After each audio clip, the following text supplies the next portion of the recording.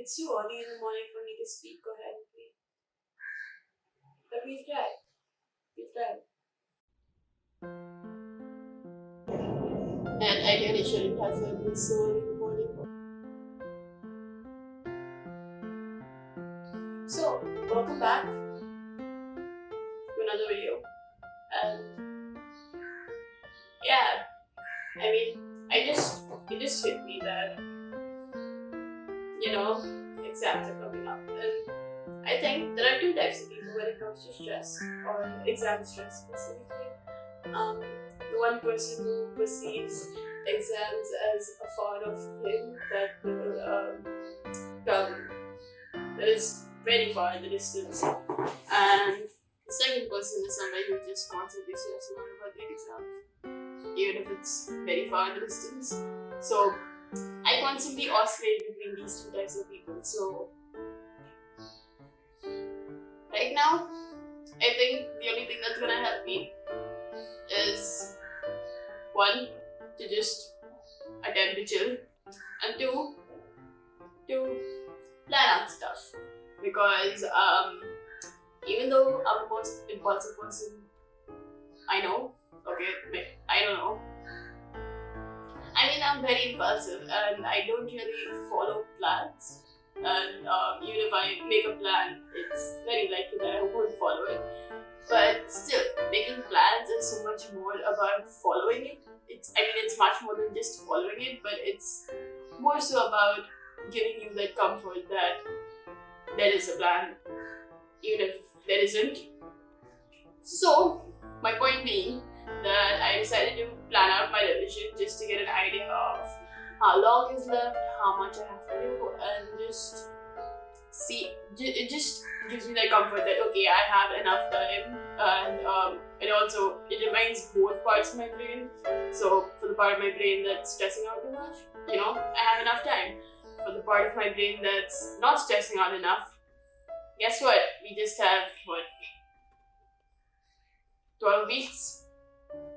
12 weeks is a lot, but you get my point. At least I have an understanding of how much time I have, basically. So here's to planning stuff.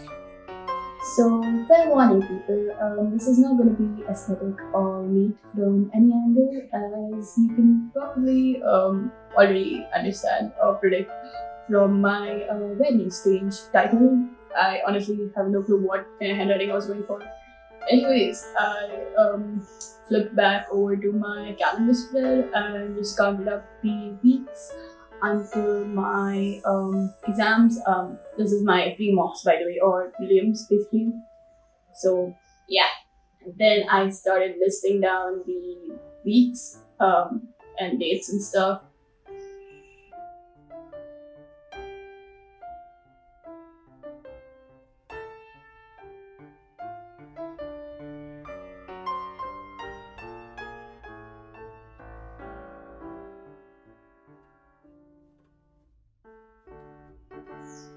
And I also marked the dates like Monday, Tuesday, Wednesday, Thursday, Friday, Saturday, Sunday. And I also got in color pencils randomly. And then I just listed down the subjects that I had, and I also marked eco with the dog because I've already started with my eco revision. So yeah, started with my eco past paper solving. So yeah. Right, and then next to the subjects, I just listed down the various tasks that I had for each subject. Basically, certain subjects like the sciences, for instance, have three types of papers. Basically, one is for one test MCQ, and then the second one is for structure-based questions, and the third one is for practical-related questions. So I have to study for each separately, kind of. So yeah, that's why I marked that as well. And then next to the weeks, I just listed down the subjects as per, and I combined them in such a way that it's easy for me to do it. For instance, subjects like English and math, I combine the sciences with subjects like English and math because English and math doesn't really require any revision per se. It just requires me to do some practice, while the sciences are revision heavy. And also, if you're you're wondering why I've just given 1 week for each chapter, for each subject, that's because it's not like I haven't revised for my exams yet. It's basically I have finished one round of revision by making my notes. So if you'd seen my earlier videos, during the summertime especially, I was trying to finish making notes for my complete syllabus, and I actually managed to do that. So I'm pretty good right now actually in terms of revision. So since my revision 1 is done, I still need to re-revise those notes, even though I do retain a lot of information from making those notes in the first place. I still need to read through them once to ensure that I've got all my information, and especially for the newer chapters, I need to understand stuff better. So I basically need to go through my notes again and actually study them properly. So that's why I've set like 2-3 days of each week for actually studying and revising.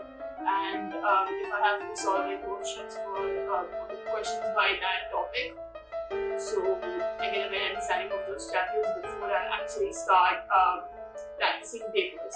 And then I brought in some more colors because I had to color code stuff here, and I was basically just color coding my tasks with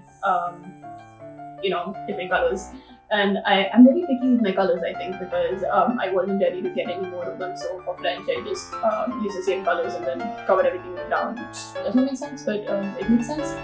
Right, and then I color coded stuff into the weeks, and I'm not planning way too ahead at this point. I'm just planning for week 1 as of now. So I just color coded which chapters I'm going to do, which subjects I'm going to do, and what aspects of that subject I'm going to revise on. So for the first few days, I basically marked revision, and then for the next few days, I marked past paper solving.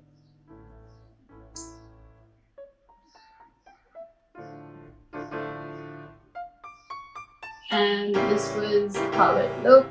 Finally, not aesthetic or neat, but I think it's pretty effective in terms of me understanding what I have to do each day. So I know that I'm going to have to solve a past paper today, or I know that I'm going to have to revise this subject.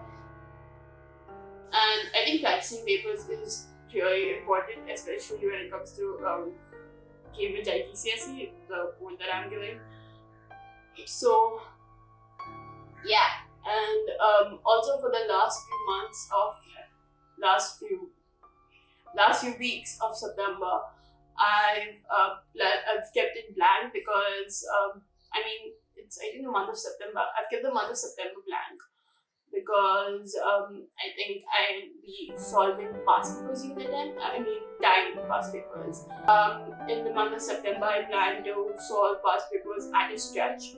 So how it'll actually be in the exam basically, so kind of replicating that environment. So I get an idea of how it's going to be for the actual exam, like in the actual exams, and I won't get anxious or stressed out about it. And solving past papers is also super less stress because it's like, okay, I'm in complete control right now.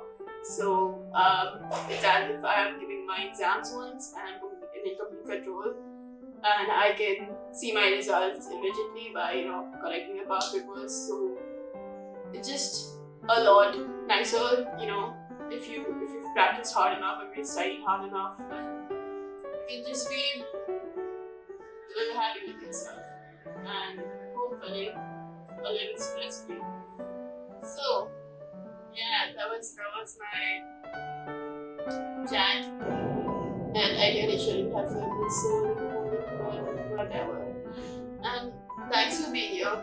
And yeah, I hope your future exams go well. Hope for me too. Stay safe, stay curious, and stay hopeful. And goodbye. And I'm pretty sure that these outros aren't supposed to be as useless as I make them. Right, you're supposed to, actually tell people to do the YouTube stuff, so do the YouTube stuff. But yeah, just thanks for watching and see you next time.